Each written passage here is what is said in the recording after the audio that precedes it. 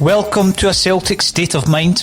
I'm John Dykes, and today we have a full house. We have Lawrence Connolly, bottom left, top right Colin Watt, and bottom right Laura Bradburn. We are here to discuss Celtic 1, St Mirren 2.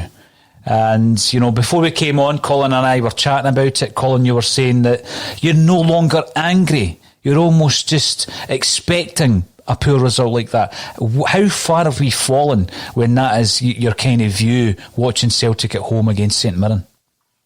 I mean, what a 12 months. I don't think a Rangers man could come in and do as good a job as what we've managed to do this season to take us from the levels we were at to where we are now. It's actually appalling.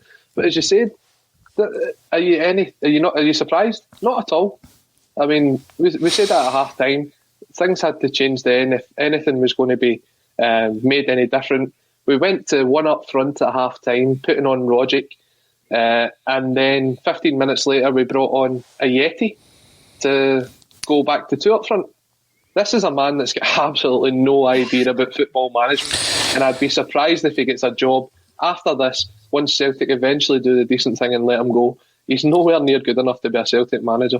Well, on that point, Colin, right, I said at the beginning of the show and at half-time that I don't think Celtic will let him go. Now, Lawrence Connolly, you're a bad man because a few weeks ago you planted that seed in my mind. What if, we actually continue, not just this season but beyond with Neil Lennon? But I'm looking at that performance today and I'm being totally honest. I take notes during the game, flashpoints that we can discuss. I have 3 points in the second half. 2 of them are substitutions and one of them is Duffy's header at the end. Now, for me, Neil Lennon's managerial deficiencies have been laid bare this season. When players are downing tools, I think is the terminology, he doesn't know how to deal with that. He has tried to get a reaction, i.e. the game against Ferencvaros, Colin, when you were back in here in the studio.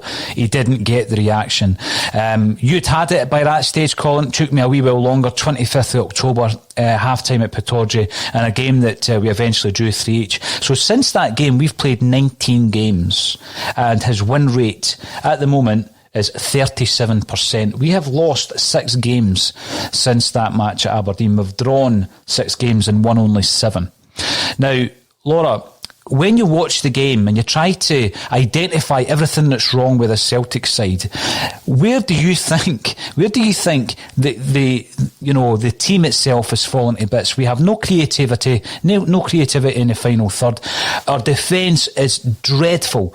Teams like St Mirren and Livingston and others find it really easy to play against the Celtic side.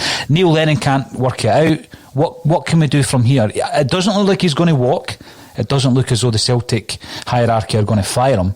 I mean, as a Celtic supporter, do you really want to be served that up for the rest of the season?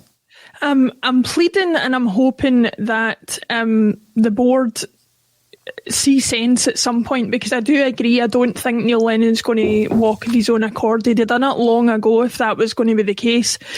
I think the major difference was you could tell by the demeanour of him compared to Jim Goodwin.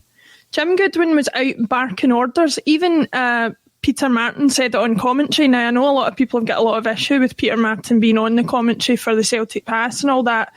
And yeah, certainly says things that a lot of the Celtic support won't agree with. But he was saying at one point, the only person I can hear shouting in this stadium right now is Jim Goodwin. He's shouting himself hoarse. Every player in that St Mirren team has a job to do. They know what the job is. They know what to do if plan A fails and go to plan B. We don't even look as if we've got a plan A. No. We've got a bunch of players running about like headless chickens. You saw it with the second goal for the ball over the top. Before the ball got put over the top, there was like 4 players around that St Mirren player. and none of them looked as if they knew why they were there, who they were supposed to be marking, what pass they were supposed to be trying to block. There was absolutely no hint of a plan in what any of them were doing. And yeah, you have to say, you know, we can all say to a certain extent, yeah, the manager can only do so much once the players go out in the field, but it looks as if he hasn't even done his job before they went out. There's been no plan. It's just been, well, we're better than them, we'll go out and beat them. And we didn't. No. You know, I do take time. I'm going to come to you in a second, Lawrence. But I do take time to look back at Lenny's first tenure. I look at what's changed. Football has changed in an incredible amount since he was first here. The team that he's now dealing with, that collection of personalities, egos, players, abilities is completely different to the team he had before. I think it's vastly superior if you just want to look at ability. However, what he can't do is he can't manage them. He can't coach them. He can't control them. Now, we've already seen Frimpong's left this week. The story that I think it was yourself, Colin, maybe shared during the game was that Anthony Joseph has revealed that Encham's probably the next guy to be on his way. Potential loan move to Newcastle. Celtic are pushing for a loan to buy. There are players in that dressing room who don't want to be at Celtic. Now, why don't they want to be at Celtic? Is it ambition? Is it Neil Lennon? Because I think it's a combination of both. I don't see anything, and even the bright sparks, even Sorrell and Turnbull have flatlined to the same level as everybody else. I'm looking at Sorrell. He's got the ball down at the right-hand side facing his own corner flag. I'm looking at Ayer. He's hitting a bile. These guys are all over the place. Turnbull can't finish a game.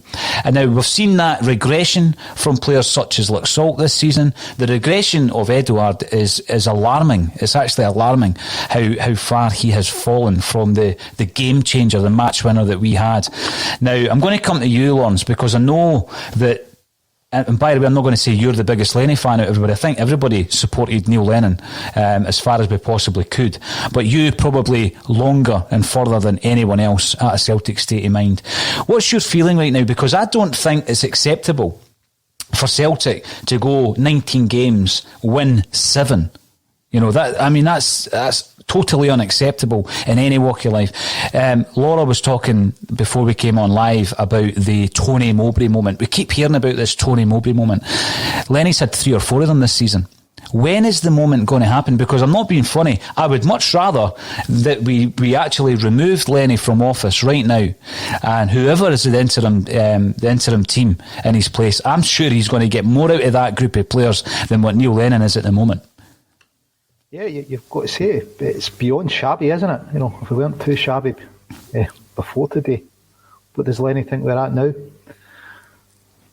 I don't think he'll go. I don't think Celtic will move him. But what we're looking to achieve between now and the end of the season, we've really got to be worried about Livingston. I think the run of form we're on, because how many points are we going to pick up? Right, points today. Wellston okay when he came on. He did. I wasn't on from the start. You know. Shane Duffy at fault for a goal. Who would have guessed? You know, at what point do you just say, look, something's not working with Duffy and Celtic. We better not play him because he's likely to cost us a goal every game we play. You know, these are just something that's so basic. You're going, look, it's just not working. So we're almost giving the opposition a goal to start, but putting him on. Yeah. Eddie, as you say, he's regressed. I don't think he wants to be here. You know, taking his goal well, but is he giving as much else? You know, there's no cohesion amongst the players. You know, you have some players that look like Taylor, again, looks like he's trying his heart out, but, you know, there's certainly not another 10 Celtic players you could say that about. But even with those like Taylor, and I know that you've stood up for him time and time again, Lawrence, I still don't see the quality. I actually don't see the quality, and I look at him and I try my best to look for the positives, but I don't see the quality in Taylor, you know, that we all hoped would be there. Laxalt's disappeared from the face of the earth, doesn't seem to be quoted now. And, you know, Colin, you made a point about the substitutions. I think that comes back once again to the inability of the manager to be able to actually influence and affect the outcome of the game. Laura, you're spot on about Jimmy Goodwin. You know, And you're right about Peter Martin making that point. We're sitting watching Celtic TV and he's obviously been paid to do a job for him, but he's pointing out the absolute obvious that, he's far more active on that sideline. And with an absolute, fraction of the financial clout of Celtic, a fraction of the budget that Neil Lennon has at his disposal. And look what he's getting out of his players. Look at what David Martindale's getting out of his players at Livingston. Neil Lennon has it all. He has it all in front of him. He's got it all in the palm of his hand. And he can't get a result. So, Laura, I take what Lawrence says, and I actually agree with him. I can't see either of the two parties making a move. But what is going to happen? What is going to be the kind of fallout from that? I mean, the Celtic supporters have already been protesting this season. We've seen banners. The influential groups are continually making their points known. If we continue in a running form like this, getting beaten from St Mirren, and I think the stat is that we've not been beaten by St Mirren at Celtic Park since 1990. Was that right? Paul Lambert scored for St Mirren. We're breaking all the wrong kinds of records here. What can the supporters do? Because we're doing everything we can to make our points known. I'm not sure what more the supporters can do. I would dread to think what the atmosphere would have been like in the stadium today if fans had been in there. It would have been absolutely volatile. Like, I remember being at a game when Gary Caldwell was at centre back, and I can't remember who we were playing against, but he had an atrocious game, and it was the most volatile atmosphere I'd ever seen at Celtic Park. And this would be 10, 100, a million times that. The thing that concerns me, as we spoke yesterday when the news broke about Peter Lawwell, that actually it puts in place a situation where you have to think that Neil Lennon's likely to stay, just because maybe Dominic Mackay is going to come in and want to assess the situation before things move on. What concerns me about that is you can say what you want about Peter Lawwell's long-term management of the situation and the lack of decent player acquisition and the lack of certain things that he's done. Dominic Mackay's not going to be able to turn that around overnight either. So if Neil Lennon stays in charge, we're in a situation where we're going to have to deal with the level of player that we've got. We're going to have to deal with the standard of player that we've got at the club at the moment, because that's not likely to change hugely in the near future. Neil Lennon can't get anything out of these players more than what he's already tried to do. No. If you had Jim Goodwin in our dugout, I swear we would have had a much better performance. Do you know why? Because he would have been motivating the players. He'd have been clear with his instruction. He'd have given them instructions that would have been effective against their opposition. And he would have had the luxury of playing with much better players than he has in his St Mirren side. Look at the calibre of some of the players we were playing against today. They should not be within a mile of these Celtic players, man for man, when you compare the two 11s. And they absolutely played us off the park at times today. Sorry, just before you come in, Paul, I just had Celtic TV on the background just to see if Neil Lennon would come out and do a post-match interview, even with the club's own media team, where he's fed questions, probably pre-arranged beforehand, knowing the answers that he has to give. He dodged it once again, and that's several times that's happened this season, that the manager's not been able to be held accountable for the performances. Anytime there's a poor performance, he dodges the media. But he's happy to come out during the week when he knows the questions in the conference won't be about him, it will be about Peter Lawwell leaving. He's happy to come out and answer those questions, but nothing about his own performance.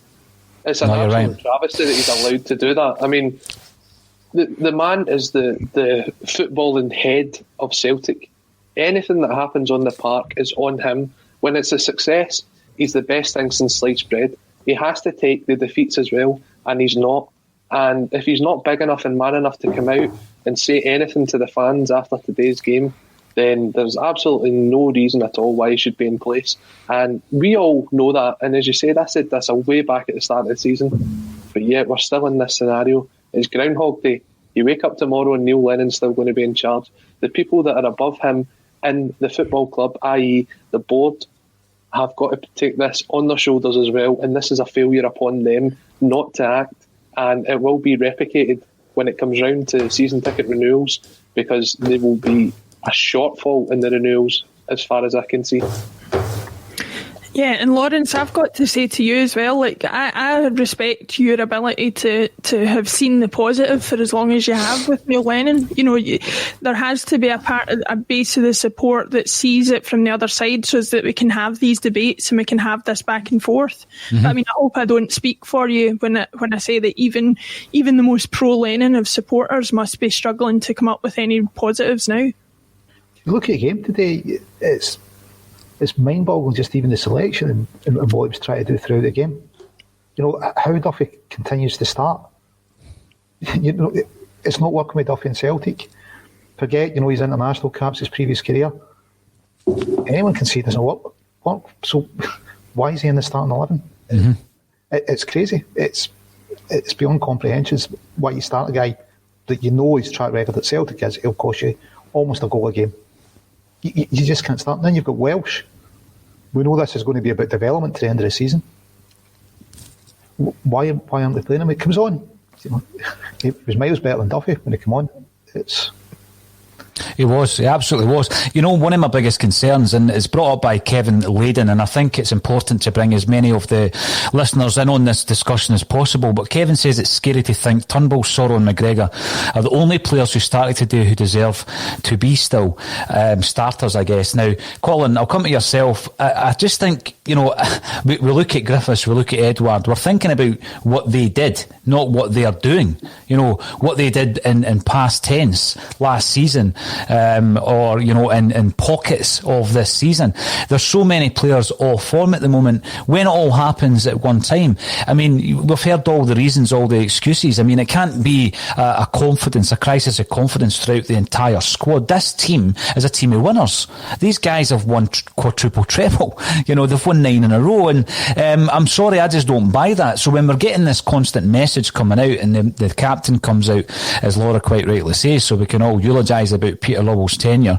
There's no bigger Celtic man than Peter Lawwell. You know, you think to yourself, well, he should have made that decision. That was his biggest failing in his tenure over the piece, over the 17 plus years, to be able to identify that this was all going horribly wrong months and months ago, and now we're at a stage where it's embarrassing where we are in the league, how far the gap is between us and the league leaders Rangers. It's actually embarrassing, and it's, you know, people keep saying in this season of all season, you know what, in any season this is unacceptable for Celtic Football Club, in absolutely any season. Yeah, we're going for 10 in a row, but it's not good enough, regardless of whether we're going for, you know, this historic milestone of 10 in a row. So I take Kevin on board. I mean, when you're looking at the team selection, for example, for the next game, Colin, are you looking at the likes of Duffy to change? Are you looking to bring in Laxalt? I mean, what kind of changes? Because as Laura says, Neil Lennon has tried everything. He has, you know, it was 33 different teams in 36 games, 33 different selections. He's tried everything. He cannot get a tune out of this team. The board would be insane to spend more money in January. Of course they would. You know, even though we're desperate for a centre-half, we're desperate for right-back cover, and other areas of the park as well. Goalkeeper. I still don't think we've got a decent goalkeeper in the 3. So, but they would be insane to give Neil Lennon even more staff to try and deal with at this moment in time. So he can't do anything. He cannot affect change on this team. Let's just put him on gardening leave. You know, has he already given his notice? Has he been given notice? Let's make that change, and it's got to be made now. Let's put it this way. I mean, you're not going to get much worse than the way that Neil Lennon's handling this situation. It's been frankly appalling. And as you said there, it was St Mirren's first win at Celtic Park since 1990. I wasn't even born. That's how long it's been since St Mirren have won at Celtic Park. Mm-hmm. But as I said, it just feels as if nothing changes. And I know a lot of people are angry about the performance, as they should be. It just gets to the point where you can only get so angry. You can't get any more angry at the way that things are going. It's pathetic the way that things have came off this season, and nothing seems to be changing. You mentioned bringing in the players there and changing it up. We said at half time what needed to be done. You needed to bring Ajer back into centre half. You needed to put Ralston on at right back, and then you've got a defence. You had to take Beaton off through injury and bring Welsh on. Ajer and Welsh is a far better partnership to start a game than Duffy and Beaton. Far better. I think Lauren said Welsh played okay when he came on. I thought Welsh was one of the best players in the second half, with the way he was very calm on the ball. You could see him driving forward. You could see he actually wanted to make a difference in that game. Guys like Turnbull's been taken off every single game he plays for Celtic, and I don't understand why. He's the most creative player we've got there. It just seemed to be in the second half, it was a case of, let's get as many attacking players on and something will come of it. And it was ridiculous.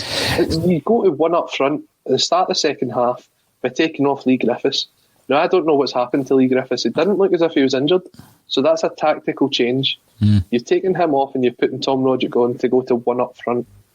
And then 15 minutes later, on the 60-minute mark, you bring on Albie and Ayeti, who to then go two up front. So are you admitting that your 15-minute change was a failure? Are you admitting that your first 45 minutes was a failure? What is he doing? I don't think anybody could explain that to me right now. Well, the big thing you mentioned there, Colin, you're talking there about, when it comes to the new signings that have already come in, and you're looking at players who apparently are agitating for a move, and it's quite clear that has been a big issue this season. I mean, Frimpong's gone. Encham might be following him. Will there be others to follow behind him? Because I'm pretty sure it's more than two guys that don't want to be there. I said a few months back, would you not be better just playing the six guys you brought in? I'm having second thoughts about Duffy. The six guys you brought in, because they can't be unhappy to be there. They've just joined. And then bring in a sprinkling of youth players. And obviously Sorrow and Turnbull have come in as bonuses, and before you know it, the dead wood, and what I mean by that dead wood is the guys that have down tools. I mean, it's quite clear when you're looking at the tempo of that Celtic side, the lack of an outball, the malaise that's set in at Celtic. The only way you can change it now, I believe, because it's too late to even change the personnel, is Neil Lennon needs to go. Now, Dav Mack 1888 comes in to say Neil Lennon needs to go now. John Kennedy takes charge till the end of the season. Now, there's been certain points of this year, Colin, where I would have been sitting like you and shaking my head. Listen, that for me would give not the fan base, it would give the players far more of a boost, because we're stagnating, we've stagnated. We need a change, and we need a change right now. Do you really think that Neil Lennon's taking the training though? Do you think Lennon's a hand-on manager? Because everything that you've heard from players that have played under him before tells you that he's not got the tactical awareness, tells you that he doesn't know how to do set-piece training, how to do shape, how to do everything else. It was a man that was brought in with very limited coaching experience. He was a reserve coach at Nottingham Forest, was brought up to be the reserve coach at Celtic, and within 3 or 4 months was put into the first team job. He was never had the chance to develop himself as a coach under anyone at all. He was put in there, he was put alongside Johan Mialbi, and then this time round he's been brought in alongside John Kennedy. There's no chance at all that he's running the training there.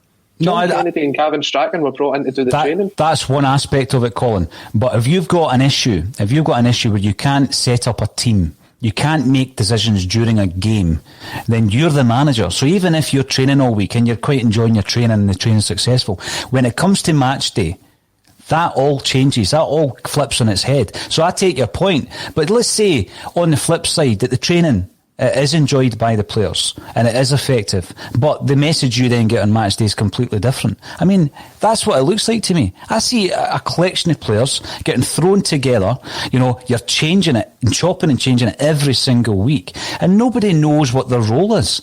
And for me, even if it was that the guys that are there and one needs to step up, and who was it that stepped up last time? Was it Stephen McManus who was in the dugout when Gavin Strachan was our manager for 2 games? Still can't believe I'm saying that. Yeah, that is what needs to happen. Neil Lennon needs to walk. Now, I think he's seriously tarnishing his legacy by failing to do so. And, he comes out fighting in the press conferences, gives curt answers to fan groups like the Cynic. I don't think he's done himself any favours whatsoever. Yeah. I think to be absolutely honest, it was like what I said before, and Paul John, you said in the group chat at some point during the match. On the one hand, we're very predictable to our opposition, but we as a team don't seem to be understanding what each of us is going to do next. Mm-hmm. It's like it's honestly like you know, when you watch kids football and they haven't learned that thing of don't always follow the ball and don't leave big gaps in the pitch and spread yourself out, watch your man, all the like really basic stuff. And we're talking about guys that are getting paid thousands of pounds a week who've been doing this for years, and they don't seem to have a simple awareness of tactical, spatial awareness and how to combat another team. There was various points in the match where not only could we not get possession, but the few times that we did, we were camped in our own half against St Mirren at home. I mean, that's absolute. The only performance I would say I've seen worse than today's was the one that got Tony Mowbray put out, and there's been plenty in between. I tell you the problem you've got, John Paul, sorry, or Paul John, whatever way you want to be pronounced, depending on who's following you on Twitter these days. But seriously, the risk is that you give John Kennedy the job, he wins 5 or 6 games between now and the end of the season, and then suddenly there's a clamour for him to get it full time. Exactly, that's how Neil Lennon got it twice. I tweeted during the match. Tony Mowbray left, Neil Lennon came in on a game-by-game basis and got the job because he had a few good results between the end of March and the end of the season.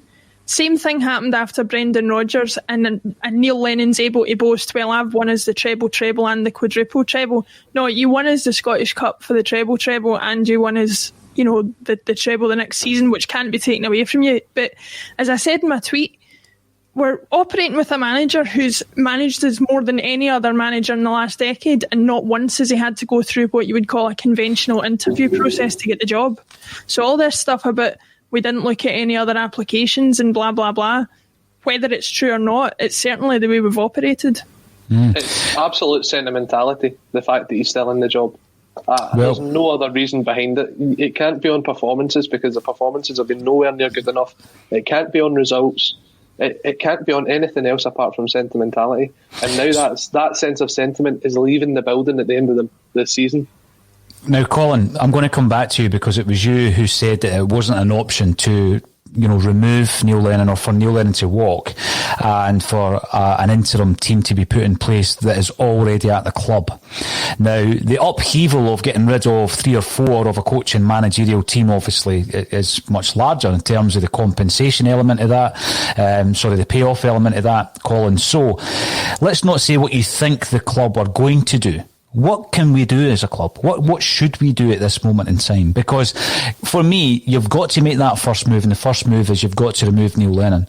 Now, yes, I've said throughout the season it's the whole coaching staff's responsibility. So if Lennon goes, they should all go. They all need that shared responsibility. But as you quite rightly said, he is the top man in terms of the football department. He's the manager of that football club. You can look at your head of recruitment, Nicky Hammond, and Peter Lawwell in his role as the CEO, but obviously involved in the football side of things as well. Some would say far too much. But Neil Lennon is the head there. So heads need to roll. Neil Lennon's the guy that needs to be held responsible for it. So if he does go, Colin, what other options do we have as a football club? Do you bring in, and we've been here before, you know, we've been here where managers have to go and then you deal with the situation after that. And as Laura said, when Mowbray went, Neil Lennon was installed as the interim manager. When Barnes went during a season I'm talking about, Kenny Dalglish was actually brought in from above the manager to take, you know, he took a step back to take the team.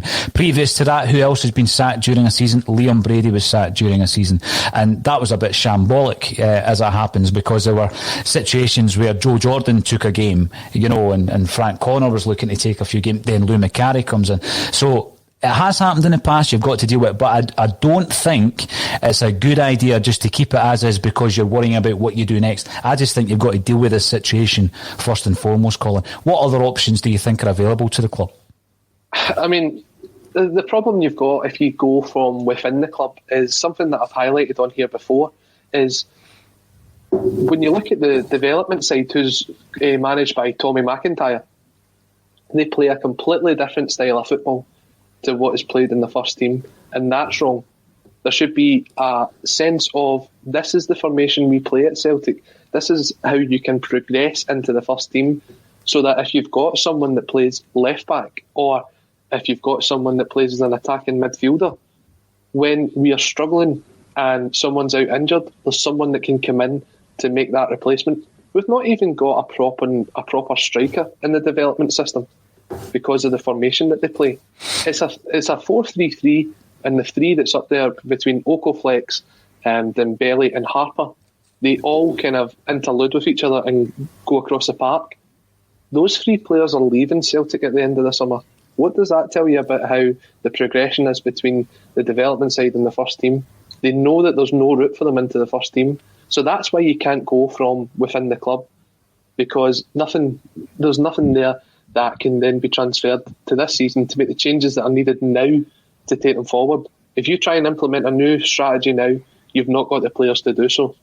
If you're looking for someone that's outside of Celtic at the minute, you need someone that knows that they're only coming in on a temporary basis. They know that the club needs to turn to them. It's exactly what Lennon should have been brought in for the first time when Brendan Rodgers walked away. A safe pair of hands to get you through the rest of the season. That was what he was seen as by the board, a safe pair of hands. The problem was that pair of hands got too comfy in the dugout and we didn't get rid of them. You have to look and see who's out there, whether it be someone of the ilk of Gordon Strachan, who's been there before, knows what the club's about, can come in and do something for the 12 games or whatever that's left this season, or whether it be that you start looking now for who will be the long-term manager at Celtic and get them in now. They will not be seen as the manager who lost the league. The league was lost before that person comes in. Absolutely. Lawrence, I'm going to come at you because what Colin's saying there, who you're going to appoint, you would hope that Celtic, even with all the changes, have already got plans in place. I mean, who knew that Dominic Mackay was coming in? Few people, I guess. I mean, it's not as though we were talking about it as a rumour, right? That Peter Lawwell was going to retire and Dominic Mackay was going to come in. Celtic do tend to do their business in secret a lot of the time when it comes to things like that. All right, so I would guess that there are huge amounts of changes coming up because obviously we're changing the CEO. But surely part of that is there's a dialogue already with the new man coming in. I mean, that dialogue should have started. There's no way that, we're going to start the dialogue on day one when he comes into the office and Peter Lawwell clears his desk and empties all the CVs out of his drawer. That is not when we start looking at a manager. That should have happened now. Can you bring it forward? I mean, Jim was quite bold on Friday, Jim Orr, saying bring in Ralph Rangnick to look at where we're going wrong for a month or for the next few months of this season and actually look at it from a perspective of here's a report, this is what you need to do, rather than bring them in on a long-term basis. I don't think the club are forward-thinking enough to do that, but they must already have in place, Lawrence, a short list of people they want to come in and manage this club. Well, we're what, 2.5 months into the review? It's got to be complete by tomorrow. The changes that have occurred, Dermot Desmond's son's come onto the board, the CEO, he's moving on, which we thought maybe part of the reason it would be harder to get a manager to come in under that CEO and his interference in the football department. So we'd call for board change. Dermot Desmond's son's in. We'd call for CEO to change. He's changing. Called for the manager to change. Surely that's what all part of the review. It's the only one part that's left. And as you say, they're not starting from zero. When you start the review, what are your outcomes? What are you looking to achieve from it? The manager's either staying or he's going. So you've got to have some kind of planning. Well, if he's not staying, they must have started some kind of planning in the background. And it's like you say, they do the business in secret. We didn't know Dermot's son was going to join. We didn't know Peter was going to go. But they're announced they happen. And this is kind of probably the third part of that review, if you want, whether or not we're going to get it announced. But, the board's changed, the CEO's changed, and there's only Lenny left. So I'm sure the way Dermot does business, it's not going right. I'll get the board right. I'll change the CEO. Right, let's look at that manager thing. As you say, there's got to have been stuff going on in the background. That's if you believe this review is real. I'm inclined more to believe the way that I read it in the statement that came out. I can't even remember what game it was following now because there's been so many atrocious results. But When I read it initially, I actually got surprised when people started taking it seriously that there was going to be a review, because it did smack to me a little bit of a kind of throwaway comment that was kind of put in place to kind of get people off their backs, if you like. I'm not entirely surprised that we're now sitting here towards the end of January and we have no outcome of any review, because my suspicion is that there was never intending to be one, probably on the hope that things would have improved by now. And I think they're shocked at how things have continued to go as badly as they have, and people are now clamouring for the outcome of this review that perhaps they never intended to do. Just on that, Lauren, she made the point about Ross Desmond being confirmed onto the board. I haven't seen that yet. Is that confirmed that he's actually on the board now? Yeah, I thought it was confirmed he was on. I'll need to check, mate. I'll need to ask Google. Go back and Google, but yeah, I thought it was confirmed that he was on the board. See, the thing with the review, am I just taking it for granted that it was January, or was the wording in the new year? Colin Watt, is it something that we're maybe waiting for tomorrow night, so in goes the tax returns and hopefully we'll get a review? No, I don't think so. No, I don't think so, no. I think John Paul Taylor came out the other day and says it was a new year review, which means probably in December 2021 you could still be waiting on it. We've been talking about change on a Celtic State of Mind, and I think, the big thing about people being kind of reluctant to accept that is something that can happen at Celtic. Once you align your kind of thought process, Colin, to the fact that Neil Lennon may not be the man for the job, it gets a lot easier to realise that, his deficiencies, because when we started criticising Neil Lennon on this broadcast, on this bulletin, and by the way, I don't think we did it in a disrespectful way. It's not as though we were, coming out and criticising anything other than his ability as a manager, Colin, right? But when it gets to the point where people finally realise that you're not criticising him for clicks, you're criticising him because you can see that this is going wrong, and it's been going wrong for months and months. Once you get to that point where you realise that he's not the man for the job, even when you appreciate the amount that he has taken for Celtic over the piece, over 20 years as a player and as a manager, it gets a lot easier to look at it with some clarity and say, it's nothing personal. Neil Lennon has had great success as a manager of Celtic. He's given us some fantastic memories as a manager of Celtic, but it's over. It's finished. He, as a Celtic manager, is gone. There's no way the thunder is going to return under Neil Lennon. And I see people going on about Lenny Ball. I think back to his first tenure at Celtic, and it was really just a situation where he had players that played their hearts out for him. You think about Joe Ledley. What's happening, Colin? Is something happening in the background? I've just heard I've just seen the transcript of the BBC Sports Sound interview that Neil Lennon gave, and he says he's been let down by his players. Again, throwing players under the bus. No surprise. No, exactly. But what I said before, I think that the team of players he had, that squad of players he had, actually bought into Lenny. They actually did, and I think they were better suited to Neil Lennon. And some of the guys I'm thinking about are Gary Hooper and Joe Ledley and Tony Stokes et al. And I think they bought into what Lenny was trying to implement first time round. The squad of players he's got now are not buying into it. I don't think that there's, and again, by the way, I don't speak for all Celtic fans. Other views are available, but I don't think there's a lot of Celtic fans who don't buy into it either. And we're at that stage now where, this spectre of season ticket renewals is looming large for the Celtic board. Any decision that is made, Laura, do you think it might be forced upon them due to the amount of people I'm seeing saying, I'm not renewing? Well, I said yesterday after the news broke about Dominic Mackay coming in, I think the timing of that particular statement was driven perhaps by an upcoming deadline for season ticket reviews. To get any sort of guarantee of people taking up their season tickets for next season in the numbers that we've seen previously, I think you're going to have to expect that there's an announcement about Neil Lennon. Not just, I think they have to go a step further though. I don't think they would get away with saying Neil Lennon's leaving at the end of the season and that would have a huge uptick in season tickets. I think what you need is Neil Lennon's leaving at the end of the season, or he's leaving whenever, and this is who's coming in. That is what's going to excite fans. If you get the right name there and you get people saying, I'm really looking forward to seeing what football Eddie Howe gives us, or Rafa Benitez, or whoever the pie in the sky name is that you want to pull. That is what's going to excite people, not just Neil Lennon being out of the job. Because as Tony said yesterday, that is what excites people more than just hearing that things are going to be different. It's how are they going to be different? It's what are we going to do going forward?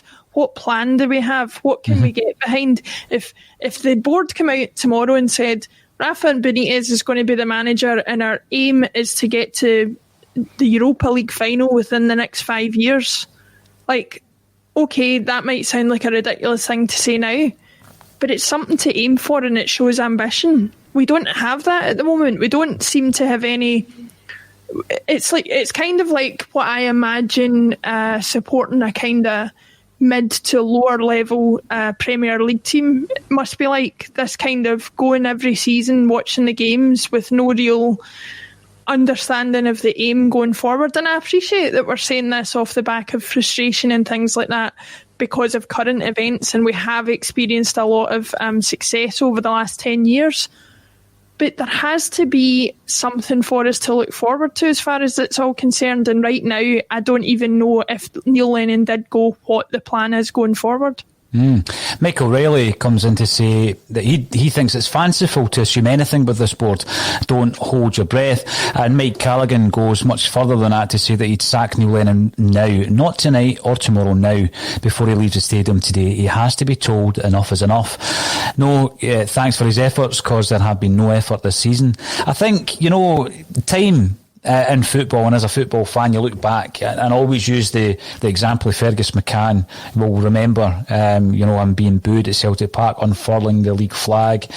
We look back now on McCann as something of a messiah, and history has been kind to him, and the truth prevails, doesn't it, with time, because the emotion is drawn out of it, and you can look back in a settled state of mind and actually come up with something that's a wee bit more balanced. I think the same will happen with Lenny. I think that's what happens, for people. Colin, I think, is younger than me, but even for people of my age, I was a kid and do remember Fergus McCann being in the club at the time. But I think when you're not as so emotionally invested in it, when I was growing up as a teenager and he did come back and unfurl the league flag and he got booed and things like that, I was able to be very kind of factual and objective about it and say on paper, look at all the investment he did. He built us this new stadium. He saved the club from going out of business. He did all these things, and I don't see how you can treat a man like that with contempt.